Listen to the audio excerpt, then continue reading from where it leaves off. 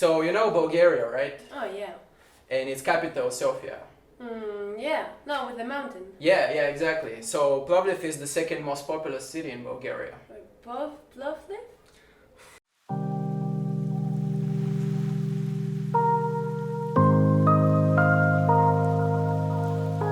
Hello everyone, I hope you remember me. I'm back.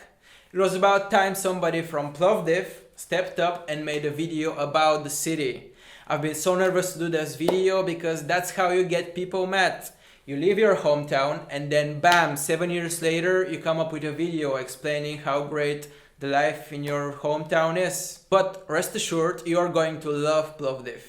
А за тези от вас, които са от Пловдив и от България, се надявам, че ще харесате видеото ми. Приятно гледане!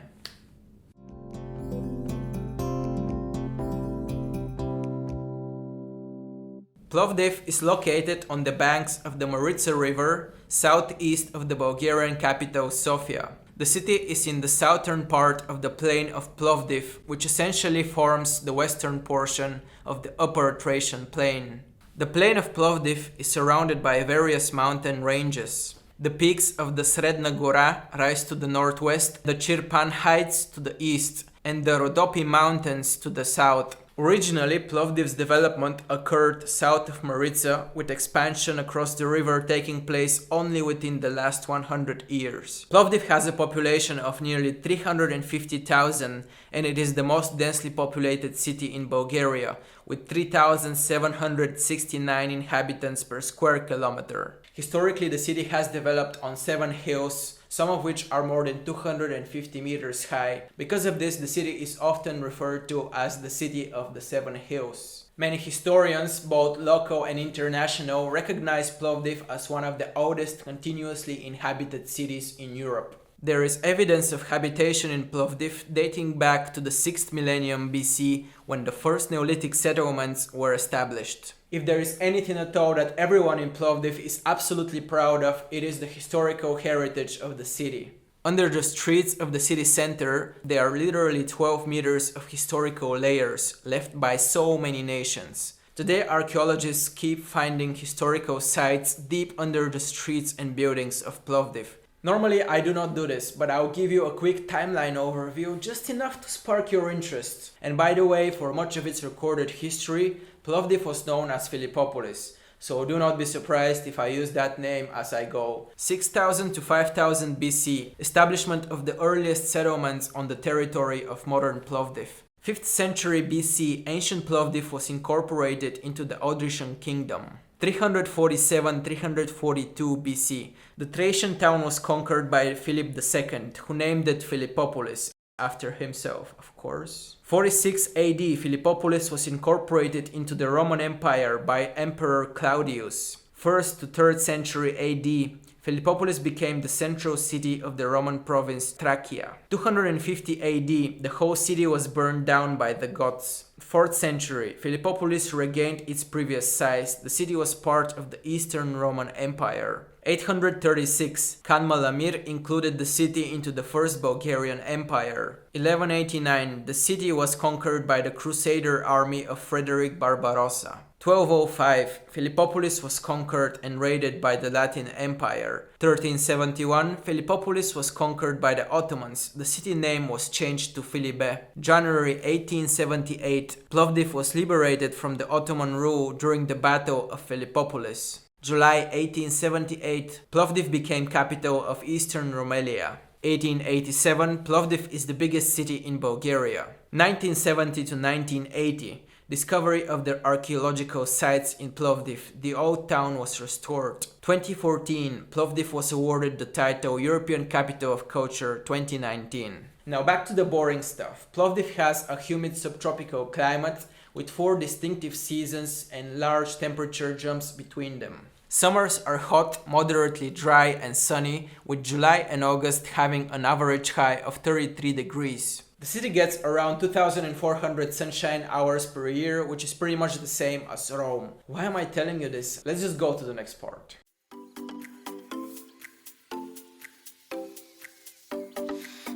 Overall, in my opinion, the quality of life in Plovdiv is just a little bit better than the capital Sofia.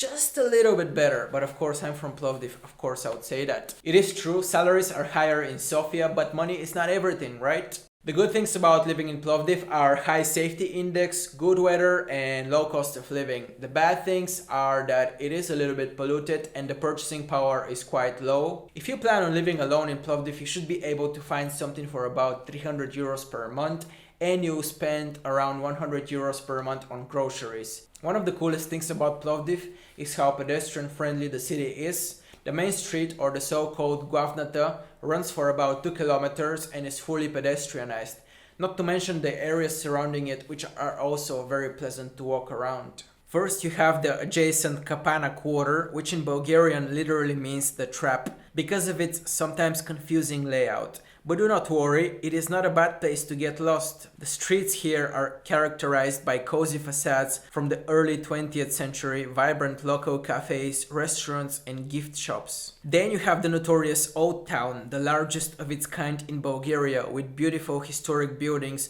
from the early to mid 19th century, when Plovdiv was still under Ottoman rule. Here is also the stunning Roman amphitheater from 2nd century AD with a capacity of roughly 3,000 spectators, one of the best preserved structures of its kind, which still hosts many shows, mainly during the summer. Another popular site for walking and hanging out is the city garden with the singing fountains known as Gradskata. Here you often see a small crowd of older gentlemen playing chess, which is quite nice if you think about it. Chess is quite big in Bulgaria, to be honest, and I had to learn it in school, but that's more of an exception than a rule, so don't get scared. A big plus of Plovdiv is that the city is not that big, so you don't need to travel much to get to most places. When it comes to public transport, getting a taxi is actually quite popular. An average ride in the city would cost you about 5 leva or 2.5 euros. Lev is the local currency. The more reputable taxi companies always have a 4-digit number on the side of their cars, which is their phone number. The city also has a brand new network of city bike paths, which is quite extensive. And of course, you have the local bus system, which would cost you only 50 cents to take. Plovdiv is very well connected to all other major cities in Bulgaria. There are plenty of buses and trains to take, but keep in mind that the train system is quite slow and old, especially the ones servicing longer distances. Those trains, they don't even have air conditioning. So if it was me, I would always aim for a bus first. Plovdiv also has a small international airport with flights to London, Moscow and a few other major European cities.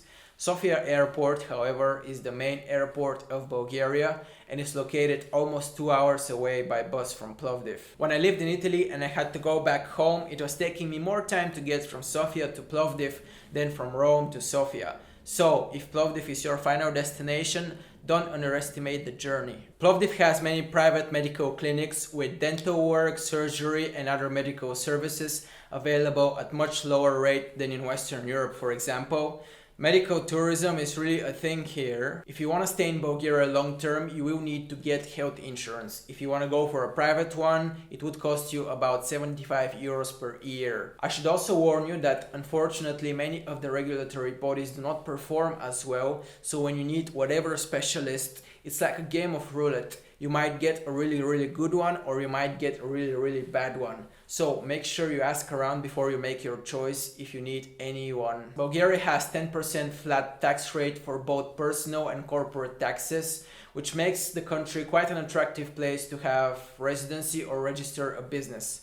Considering that and the cheap labor, it's not surprising that many European companies are based in Sofia or Plovdiv. It is quite easy for any EU citizen to become a tax resident in Bulgaria. You can fill all of your forms online and go through the entire process in a matter of weeks. There's a lot to be said about education too, but I will cover that in the next segment.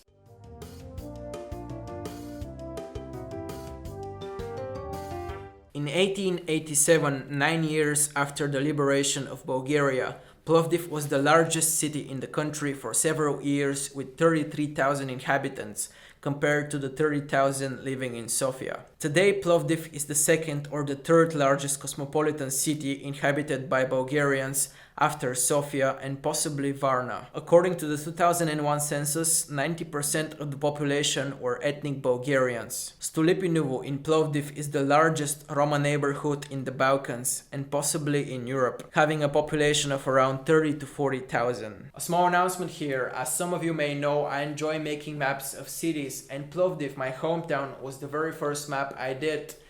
The maps come in various colors and sizes. You can order a copy today. I'll put a link below. Now back to the story. After the wars for national union, aka the Balkan Wars and World War I, the city became home for thousands of refugees from the former Bulgarian lands in Macedonia and western and eastern Thrace. Prior to the population increase, as of 1st of January 1885, 50% of the population of Plovdiv were Bulgarians, 21% were Turks, 16% were Greeks. By the way, even today, many Greek visitors are surprised how many people in Plovdiv can actually speak some Greek. I'm telling you all this so you can understand how ethnically rich Plovdiv has been over the years, and it continues to be today. The Medical University of Plovdiv has been attracting many students from Western Europe, Turkey, Greece, and other neighboring countries. The reason is that even though the medical university here is slightly behind the medical universities in Western Europe when it comes to research and utilized technology, it offers much lower tuition fees and cost of living. The education here in general is on a very good level, and there are plenty of excellent public high schools, such as the High School of Mathematics, where I graduated from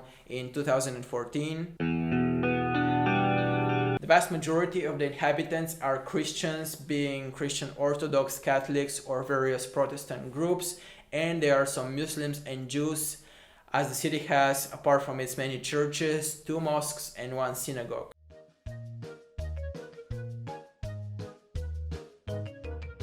Bulgaria has some of the fastest internet in Europe and in the world. That's the most common thing you read online, but there is actually so much more that the city offers. After Plovdiv was elected as the European Capital of Culture for 2019, many of the central areas of the city were renovated.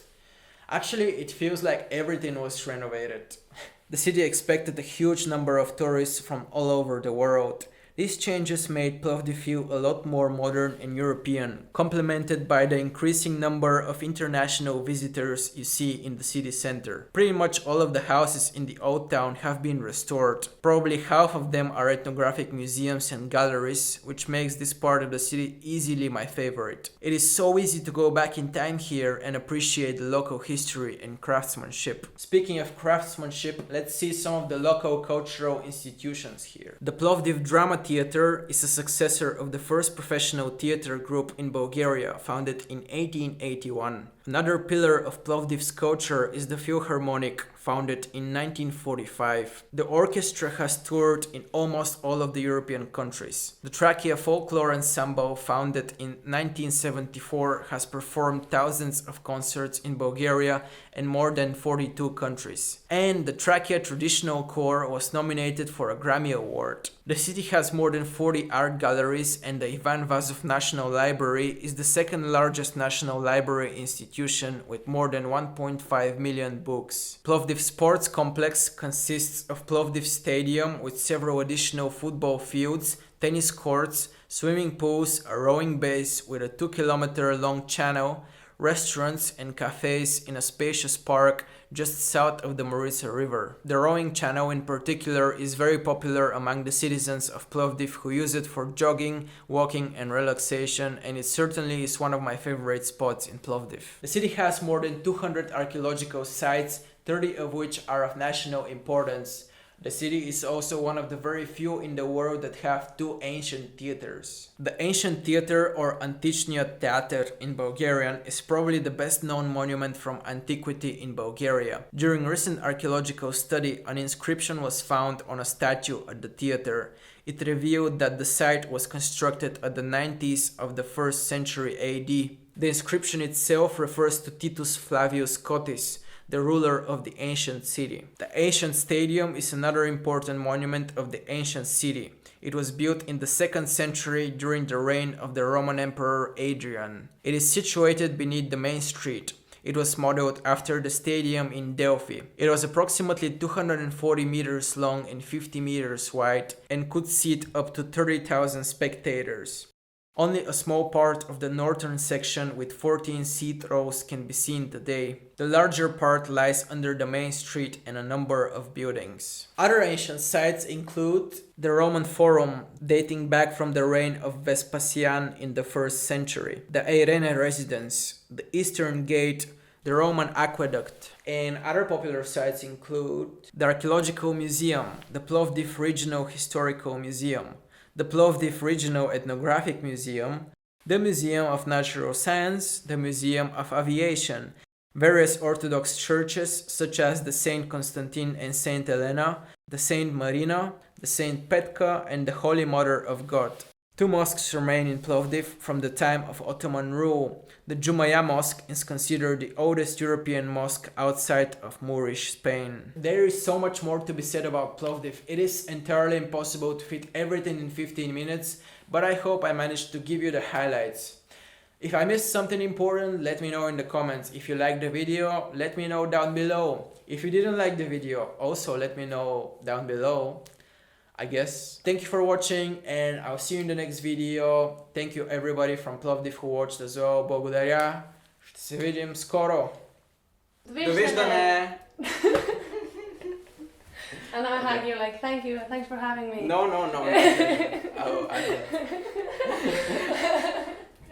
What did you say?